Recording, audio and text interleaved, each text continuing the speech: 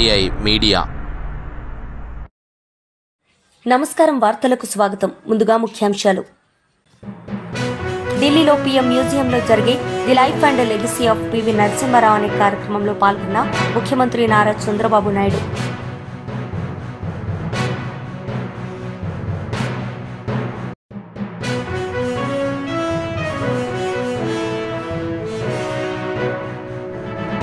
BJP రాష్ట్ర అధ్యక్షులు రామచంద్రరావు వివిధ వర్గాలతో సమావేశం, పలు అంశాలపై వివరణ.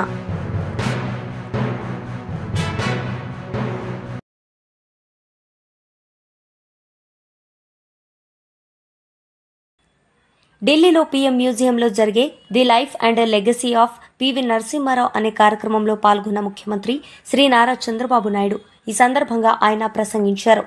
That is Nellore to Chennai. Now golden quadrilateral road, and also every road if you see now, we are not inferior to anybody in the world.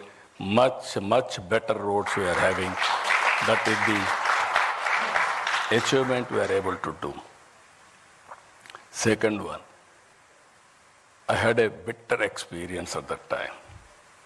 Telecommunication.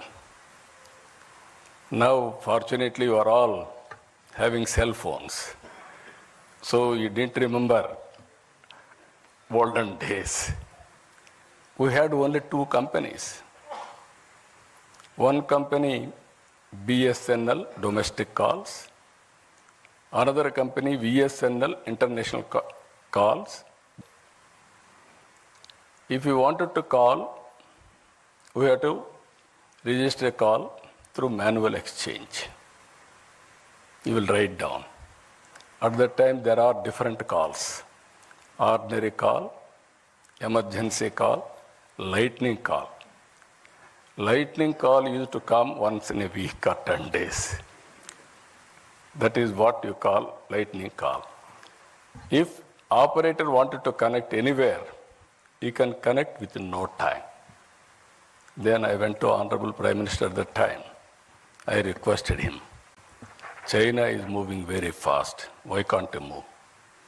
Then he asked us to constitute a committee. Two members, myself and Honorable Finance Minister, both of us gave a report. That is how deregulation has come. Today, every ordinary man, wherever he is having a cell phone. Now, jokingly, I am telling today, with all meetings also, people heckled me at that time. Cell phone can give food. They vulgarly, sometimes political attack also. Even Shekhar Gupta is there from the beginning. He was witnessing me. But today, wife can live without husband. Husband can live without wife. But both of them are unable to live without phone, cell phone. Cell phone has become a biggest instrument wherever you are, whatever you want to do. Only cell phone is enough to complete your transactions, identity, business, or you wanted to, nowadays so many things. This is where I am saying, when I started iTech City with IT, that was during Vajpayee period. That was in Hyderabad. Now I am going Quantum Valley with artificial intelligence in Amaravati. This is the first of its kind in India now. Now, why I am telling all of you, economic reforms has opened up. It gave so many opportunities. We are able to reach, as on today, fourth largest economy, another 1 or 2 years' time. But from now to next level, that is to be number 2, number 1, 4.5 times and 7 times we have to compete. But it is possible. We are in inspiring time. For every field, historical data is available. Now tools are available, artificial intelligence. Quantum computing is coming. Knowledge is available now. Global knowledge is available. Now real time data is available. Drone is available.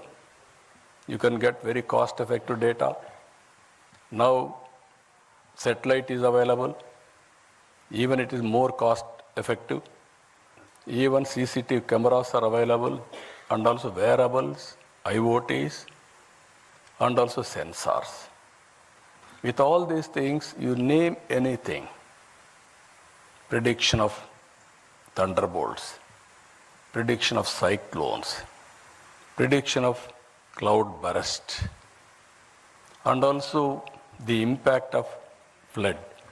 Everything, even wind, direction of wind, pest in the wind, even so many things are going to come. Reservoirs, water levels, groundwater level, even soil moisture. So like that, 40 to 50 parameters, it is available for public. With all these things you can apply. Solution will be 90 to 95% accuracy. But how to use all these things, that is the leadership quality. So I am saying today, we are inspiring. శాసన మండలి chief whip Panchumarthi Anuradha media సమావేశం నిర్వహించారు. ఈ సందర్భంగా ఆమె మాట్లాడారు. తిరిగాడు, అన్ని చోట్ల రెచ్చగొట్టే విధంగా మాట్లాడుతూ ఉన్నాడు. చీకటి అంటాడు, చీకట్లో అన్ని చేసేయాలంటాడు. తెల్లారి ఎవరికీ తెలియకుండా వెళ్ళి పరామర్శించాలంటాడు. ఇష్టం వచ్చినట్టుగా వైసీపీ కార్యకర్తల్ని రెచ్చగొట్టే విధంగా ఇష్టం వచ్చినట్టుగా మాట్లాడుతూ ఉన్నాడు. అవినీతిలో దిట్టైన ఈ పేర్నేని నాని, 100 ఎకరాలు కబ్జా చేసేసిన ఈ పేర్నేని నాని, హైవేలు సైతం వదిలిపెట్టకుండా ఎకరాలు మింగేసిన ఈ నాని, ఈ పేర్నేని నాని, ఈ నగరం ఇక్కడే కాకుండా మహబూబ్ నగర్లో, విజయనగరంలో కూడా 1000 ఎకరాలు కబ్జా చేసేసిన ఈ పేర్నేని నాని, చేపల చెరువులు అదేవిధంగా పార్కులను కూడా వదిలిపెట్టకుండా తన ఖాతాలో వేసుకున్న ఈ పేర్నేని నాని, చివరికి రేషన్ బియ్యం కుంభకోణంలో, ఆ అవినీతిలో ఇతనితో పాటు ఇతని భార్యని కూడా దొంగని చేసిన ఈ పేర్నేని నాని మహిళల ఆత్మగౌరవం గురించి మాట్లాడుతూ బీసీ మహిళని రాజకీయంలోకి రచ్చరచ్చ చేసి లాక్కొచ్చి రాజకీయం చేసి లా అండ్ ఆర్డర్ లేకుండా ఈ రాష్ట్రాన్ని లా అండ్ ఆర్డర్ లేకుండా చేసి ఏదో బావుకుందామని చెప్పి ముందుకు బయలుదేరాడు ఈ పేర్నేని నాని. ఖబర్దార్ పేర్నేని నాని. రాష్ట్రంలో జరిగే అభివృద్ధిని, సంక్షేమాన్ని ఎవరికి రికార్డ్ అవ్వకుండా ఉండటం కోసం ఊళ్ళు పట్టుకు తిరుగుతావా నువ్వు? ఊళ్ళు పట్టు తిరగటమే కాకుండా విధ్వంసాన్ని సృష్టించడానికి నీ కార్యకర్తలు సైతం అందరినీ రెచ్చగొట్టి ప్రజల్ని భయభ్రాంతులు చేసే ప్రయత్నం చేస్తావా? ఆ వీడియోలన్నీ ఈరోజు ప్రజలకి తెలిసేలాగా ఆ వీడియోని కూడా ఈరోజు నేను డిస్ప్లే చేయబోతున్నా. బీసీల గురించి మాట్లాడే హక్కు అసలు వైసీపీ పార్టీకి ఉందా? గౌడ కులానికి సంబంధించిన మహిళని లోకేష్ గారే అల్లరి చేయమన్నారని చెప్పి స్టేట్ మొత్తం మనం ప్రచారం చెయ్యాలి అని చెప్పి సలహాలు ఇచ్చే నువ్వు, ఆనాడు నీ ప్రభుత్వంలో, జగన్మోహన్ రెడ్డి ప్రభుత్వంలో అమర్నాథ్ గౌడ్ని ఏ రకంగా పెట్రోల్ పోసి తగలపెట్టారన్న విషయం వైసీపీకి గుర్తులేదేమో కానీ ఈ రాష్ట్ర ప్రజలకి, ముఖ్యంగా బీసీలకి, ముఖ్యంగా గౌడాస్కి, గౌడ కులస్తులకి ఆ విషయం తెలుసు అని చెప్పి నేను గుర్తు చేస్తా ఉన్నా. ఏం చేశారు ఆ రోజు? అమర్నాథ్ గౌడ్ని నా అక్కని ఏడిపించొద్దు, ర్యాగింగ్ చెయ్యొద్దు అని చెప్పి సొంత తమ్ముడైన అమర్నాథ్ గౌడ్ అడిగాడని వైసీపీ కుర్రకారు సన్నాసుల్ని ఆ, ఆ, మాట్లాడాడని చెప్పి తెల్లవారుజామున ట్యూషన్కి వెళ్తుంటే నోట్లో గుడ్డలు కుక్కి ఆ పిల్లోడి మీద పెట్రోల్ పోసి మీరు పిల్లోడిని చంపితే ఆ కుటుంబానికి ఈరోజు ఉద్యోగం ఇచ్చిన ప్రభుత్వం, ఉద్యోగం ఇచ్చిన నాయకుడు ముఖ్యమంత్రి గారు నారా చంద్రబాబు నాయుడు గారు. అలాగే గౌడ కులస్తురాలైన గౌతు లచ్చన్న గారి మనమరాలు గౌతు సిరి వైసీపీ లీడర్ అంబటి మురళి మీడియా సమావేశం నిర్వహించారు. ఈ సందర్భంగా ఆయన మాట్లాడారు. బ్రెయిన్లో మేజర్ ఇంజరీ ఉంది. రమేష్ హాస్పిటల్లో క్షతగాత్రుడు ప్రాణంతో పోరాటం చేస్తున్నాడు. ఈ సిసి ఫుటేజెస్ పొన్నూరు దాటి, గుంటూరు జిల్లా దాటి, రాష్ట్రం దాటి ప్రపంచమంతా వ్యాపించాయి. అయినా ప్రభుత్వం నుంచి చర్యలు లేవు. ముద్దాయిల్ని నామమాత్రంగా కొంతమందిని అరెస్ట్ చూపించారు. సంఘటన 5 గంటల 5 నిమిషాలకు జరిగితే 5 గంటల 30 నిమిషాలకు స్థానిక పోలీసులు వచ్చి అక్కడ ఉన్నటువంటి సీసీ ఫుటేజెస్ హార్డ్ కాపీసు, ఆ టీ స్టార్ అతను ఫోన్ తీసుకుని వెళ్ళిపోయి ఇది యాక్సిడెంట్గా చిత్రీకరించడానికి ప్రయత్నం చేస్తున్నప్పుడు కొంతమంది వైఎస్ఆర్ కాంగ్రెస్ పార్టీ కార్యకర్తల దగ్గర, ప్రజల దగ్గర ఆ ఫుటేజెస్ అంతకు ముందే వేరే ఫోన్లోకి రావడం వల్ల అవి బయట పెట్టినప్పుడు ప్రపంచవ్యాప్తంగా వెళ్ళటం వల్ల గత్యంతరం లేక 307 కేసుని రిజిస్టర్ చేశారు. ఎవరి నాగమల్లేశ్వరరావు? నాగమల్లేశ్వరరావు కుటుంబం దళిత కుటుంబం.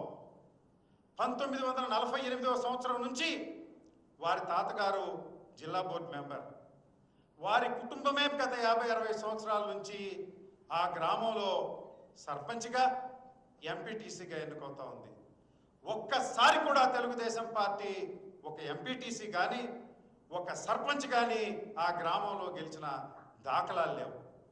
నాగమల్లేశ్వరరావు 4 పర్యాయాల నుంచి సర్పంచ్గా ఎన్నికవుతూ ఉన్నాడు.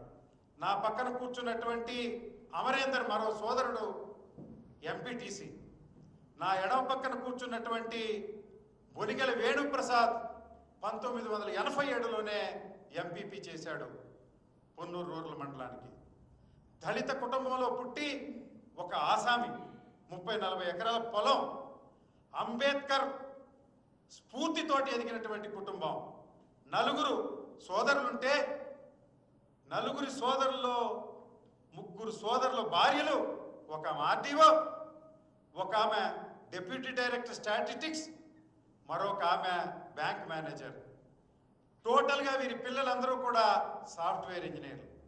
అంటే అంబేద్కర్ స్ఫూర్తితోటి ఈ కుటుంబం చదువుకుని ఆసామి కుటుంబం అంటే మన్నవ గ్రామం అది రిజర్వ్ అయినా అవ్వకపోయినా ఈ కుటుంబమే ఎంపీటీసీ సర్పంచ్ గెలుస్తూ ప్రజాభిమానాన్ని పొందింది. తెలుగుదేశం పార్టీకి అక్కడ ఎంత బలం ఉందయ్యా అంటే ఏ ఒక్కసారి కూడా ఇంతవరకు సర్పంచ్ కానీ ఎంపీటీసీ కానీ గెలవలేదు. స్థానిక శాసనసభ్యుడు ధూళిపాల నరేంద్రనాథ్ తండ్రి హయాం నుంచి కూడా అప్పుడు 2 సార్లు వారు, 7 సార్లు వీరు పోటీ చేశారు. వైసీపీ లీడర్ మీడియా సమావేశం నిర్వహించారు. ఈ సందర్భంగా ఆమె మాట్లాడారు. సో ఇక్కడికి వచ్చిన మా మహిళా మండలందరికీ కూడా ధన్యవాదాలు తెలుపుకుంటూ థ్యాంక్ యూ. ఈరోజు విజయవాడ నగరంలో ఉన్న తుమ్మలపల్లి కళాక్షేత్రం దగ్గర జ్యోతిరావు పూలే విగ్రహానికి ఈరోజు ఏదైతే బీసీ మహిళ మీద జరిగిన దాడికి నిరసనగా మా ఎమ్మెల్సీలు కళ్యాణి గారు, కల్పలత గారు, మా డిప్యూటీ మేయర్ శైలజ గారు, దుర్గా గారు, అలాగే మా కార్పొరేటర్లు, అలాగే మా మహిళా విభాగము, మా మహిళా జిల్లా అధ్యక్షులు, అలాగే రాష్ట్ర స్థాయి, జిల్లా స్థాయి, మండల స్థాయి అందరూ మళ్ళందరం రావటం జరిగింది. ఏంటి ఈ పరిస్థితి? ఏంటి అసలు ఆంధ్రప్రదేశ్లోన ఏ రకంగా రెడ్ బుక్ రాజ్యాంగం నడుస్తుంది, ఏ రకంగా మహిళలకి భద్రత లేకుండా పోతుంది అన్నది ఈరోజు మనం చూస్తున్నాము. ఈరోజు మనకి 3 రోజులు అయినా కానీ కేసు ఎక్కడా తీసుకోకపోవటము, అలాగే ఉప్పల హారిక గారికి ఏ రకంగా వాళ్ళు దాడి చేశారన్నది ప్రతి ఒక్కరు చూశారు. ఈరోజు ఆంధ్రప్రదేశ్లో సాక్షి టీవీ ఆపేశారు. ప్రజలకి ఎలాంటి విషయాలు వైఎస్ఆర్సీపీ పార్టీ తరఫున తెలియకుండా రాష్ట్ర వ్యాప్తంగా సాక్షి టీవీని రాకుండా చేస్తున్నారు. కానీ వాళ్ళు ఏదైతే వాళ్ళకి డబ్బా కొడతారో, ఏదైతే వాళ్ళకి భజన చేస్తారో ఆ ఛానళ్ళు మాత్రం కనిపిస్తూనే ఉంటున్నాయి. ఈరోజు మా మహిళా మనుల మీద జరుగుతున్న వైఎస్ఆర్సీపీ పార్టీ మహిళా మనుల మీద జరుగుతున్నాయి, నాయకుల మీద జరుగుతున్నాయి. సోషల్ మీడియాలోన చిన్నది ఏదైనా ఇష్యూ పెట్టినా కానీ ఆ మహిళలను కూడా రాత్రి పగలు లేకుండా వాళ్ళు కూడా తీసుకెళ్ళి వాళ్ళ విచారణ పేరుతోటి తీసుకెళ్ళి వాళ్ళు ఎంత దారుణంగా ఈరోజు హింసిస్తున్నారో మనం చూస్తున్నాం. కానీ ఒక జెడ్పీ చైర్పర్సన్ మీద ఈరోజు దాడి జరిగితే మాత్రం స్పందించే వాళ్ళు ఈ రాష్ట్రంలోన ఎవ్వరూ లేరు. ఈ రాష్ట్రంలో ముఖ్యమంత్రి, హోమ్ మినిస్టరు, డిప్యూటీ సీఎం అందరూ పడుకున్నారు. ఈరోజు వాళ్ళు తెలుగుదేశం నాయకులకి, తెలుగుదేశం కార్యకర్తలకి, తెలుగుదేశం మహిళా నాయకులకు మాత్రమే వాళ్ళ సీఎంలు, డిప్యూటీ సీఎంలు, కానీ ఆంధ్రప్రదేశ్లో ఉన్న ప్రజలందరికీ వాళ్ళు కాదు. ఈరోజు ఒక జెడ్పీ చైర్పర్సన్గా ఉన్న వ్యక్తి తన పార్టీ మీటింగ్కి తను వెళ్తుంటే ఈ రకంగా తనని అటకాయించడం కానీ, తను భయభ్రాంతులకు గురి చేయడం కానీ ఈరోజు జ్యోతిరావు పూలే గారు మనం ఆదర్శంగా తీసుకున్నాం. దేనికి ఆదర్శంగా తీసుకున్నాం? ఆయన భార్యని సావిత్రిరావు పూలే గారిని విద్యావంతులను చేసి మిగతా మహిళలందరికీ విద్యని నేర్పించాలి అన్న ఒక మంచి ఉద్దేశంతో ఆయన భార్యని విద్యావంతురాలను చేసి బయటికి తీసుకొచ్చి మిగతా మహిళలకి విద్య నేర్పించిన వ్యక్తి జ్యోతిరావు పూలే గారు. అదే ఆశయాలతో జగన్మోహన్ రెడ్డి గారు 50% జనరల్ బోర్డ్ మాజీ మంత్రి జగదీష్ రెడ్డి మీడియా సమావేశం నిర్వహించారు. ఈ సందర్భంగా ఆయన మాట్లాడారు. ఎందుకంటే ముఖ్యమంత్రి మాట్లాడిన దాంట్లో నిజం ఉంటే స్పందన వస్తుంది. నాయకుడు మాట్లాడే మాటకి వాళ్ళ జీవితానికి సంబంధం ఉంటే ప్రజల నుంచి రెస్పాన్స్ వస్తుంది. మహిళల్ని లక్షాధికారులను కాదు కోటీశ్వరులను చేస్తున్నాం, మొత్తం మీరే బస్సుల ఓనర్లు, మొత్తం పవర్ ప్లాంట్లకు మీరే ఓనర్లు, మీకు వేల కోట్ల రూపాయలు రుణాలు ఇచ్చినాం, ఇట్లాంటి అబద్ధాలు మాట్లాడుతుంటే అసలు వాళ్ళ జీవితంలో ఏది సత్యం కానిది ఉన్నదా? అక్కడ ఎదురుగా కూర్చున్న ఒక్క మహిళ బస్సు ఓనర్ ఉందా? అక్కడ పవర్ ప్లాంట్ ఓనర్ ఉందా అని ఎదురుగా? నువ్వు ఇచ్చిన వేల కోట్ల రుణం తీసుకున్న మహిళ ఉన్నదా అక్కడ ఉచితంగా, ఫ్రీగా? సిగ్గులేని మాటలు నేను అనను, కానీ అవి మాట్లాడడం మాత్రం, మాట్లాడడం, లేని గొప్పలు చెప్పుకోవడం మాత్రం సిగ్గుమాలిన పని. దీనికి రెస్పాన్స్ లేదు మహిళల నుంచి, ఎదురుగా కూర్చున్న వాళ్ళ నుంచి రెస్పాన్స్ లేదు. వాళ్ళకు రూపాయలాగా కూర్చున్నారు. ఎందుకో మళ్ళీ తెచ్చిండ్రు, రమ్మన్నారు, వచ్చినాం, మళ్ళీ బస్సులు వదిలిపెడితే బస్సులలో మళ్ళీ పోతాం అన్న భావన కనబడుతుంది. ఏదో ఒకటి ఇక బూతులు తిడుతున్నా స్పందిస్తారు అని చెప్పి బూతులకు లంఘించుకున్నాడు. ఒకటి మాత్రం వాస్తవం, నేను బూతులు మాట్లాడను, కానీ నీకు జ్ఞానము ఎదగలేదు, సంస్కారము ఎదగలేదు ముఖ్యమంత్రి స్థాయికి. ఒక సందర్భంలో ఎవరికైనా అదృష్టానికి ఉట్టి మీద పడ్డదని చెప్పి కొన్ని వస్తాయి అవకాశాలు. ఆ స్థాయికి ఎదగగలిగితేనేమో నిలబడతారు, ఎదగకపోతే చరిత్ర హీనులు అవుతారు, కాలగర్భంలో కలిసిపోతారు. అందులో నువ్వు ఒకడివి.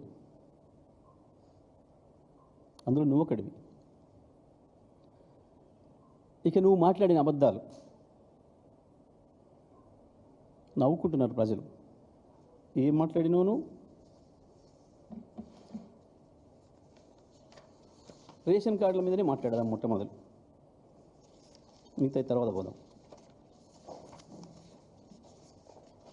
రేషన్ కార్డులు గత ప్రభుత్వ హయాంలో, కేసీఆర్ ప్రభుత్వ హయాంలో ఒక్కటి కూడా ఇవ్వలేదు. ఇప్పుడు మేము వచ్చినాకనే ఇస్తున్నాం 10 ఏళ్ళ తర్వాత. అసలు రేషన్ కార్డులు ఇవ్వటం ఏంది, ఇంకా రేషన్ కార్డుల కొరకు ఎదురు చూడ అయిన తర్వాత మాట్లాడతా, కానీ మేము రేషన్ కార్డులు ఇచ్చినాం మా ప్రభుత్వ హయాంలో అని చెప్పడానికి నీ బట్టి విక్రమార్క సాక్ష్యం. మీ బట్టి విక్రమార్క మూతికి గుడ్డ కట్టుకొని పంచుతున్న చూడు రేషన్ కార్డులు. ఏ కాలంలో?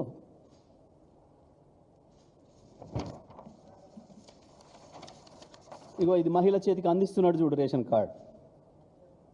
దాంట్లో రాసి ఉన్నది, అసెంబ్లీలో కాంగ్రెస్ ఫ్లోర్ లీడర్ బట్టి విక్రమార్క గారు 7వ తారీఖు జూలై 26,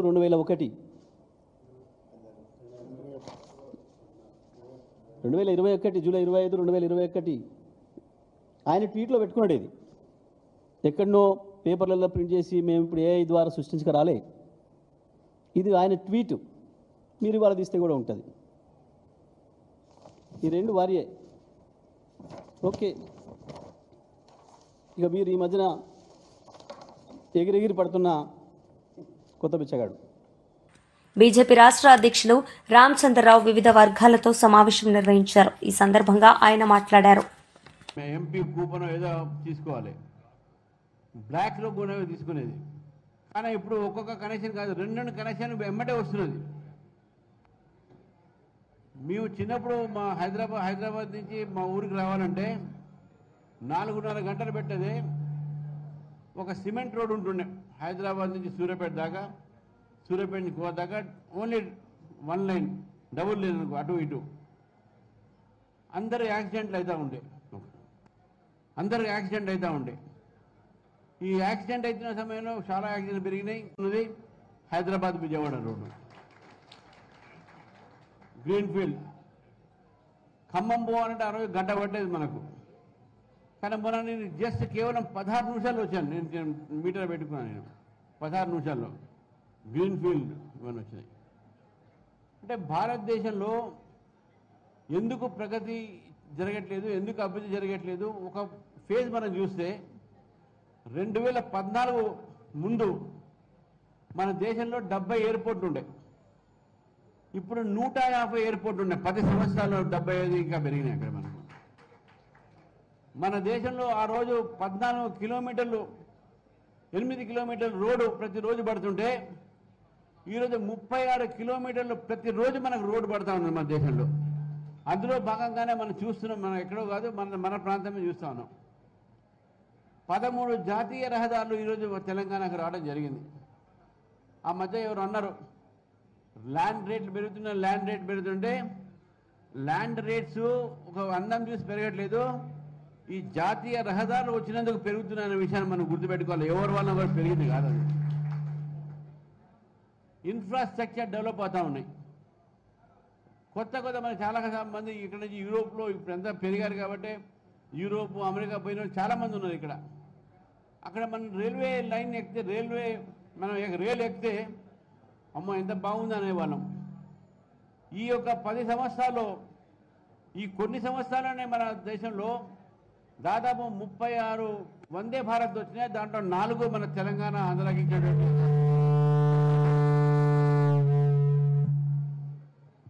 వందే భారత్ ఎక్స్ప్రెస్లు. ఆ వందే భారత్తో కాకుండా మీరు రైల్వే స్టేషన్ చూడండి. మీరు ఇప్పుడు చర్లపల్లి మొన్న అయింది, ఇప్పుడు Secunderabad railway station, Vijayawada railway station ఇవన్నీ మోడర్నైజేషన్ అయిపోయి ఎయిర్పోర్టు ఎంత అందంగా ఉంటుందో అంతకన్నా అందంగా మీరు రైల్వే స్టేషన్స్, ఈ రైల్వే స్టేషన్స్. ఇంతకుముందు సుబ్బారావు చెప్పారు వ్యాక్సిన్ గురించి. మీకు గుర్తున్నారా గతంలో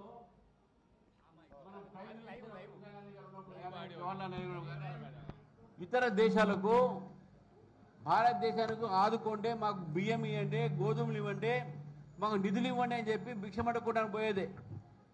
భారతదేశం అప్పుడు ఒక భిక్షగాడి దేశంగా, థర్డ్ వరల్డ్గా, ఒక ఎదుగుతున్న ప్రాంతాన్ని థర్డ్ అంటే 3వ ప్రపంచంలో మా దేశం కింద చూసేది. కానీ ఈరోజు భారతదేశము ఎవరి ముందు చేయి చాపాల్సిన అవసరం లేదు. మనమే ఇతర దేశాలకు ధాన్యం ఎక్స్పోర్ట్ చేస్తూ ఉన్నాం, ఇంపోర్ట్ చేయట్లే. మనమే ఇతర దేశాలకు డబ్బులు తీసుకురావట్లేదు. దాదాపు 56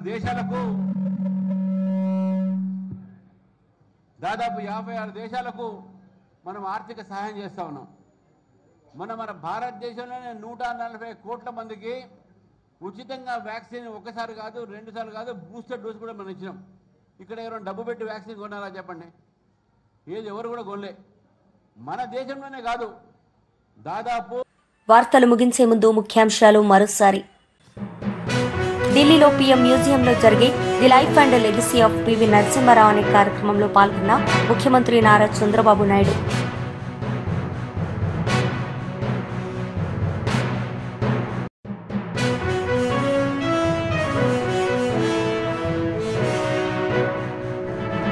బీజేపీ రాష్ట్ర అధ్యక్షులు రామచంద్రరావు వివిధ వర్గాలతో సమావేశం, పలు అంశాలపై వివరణ.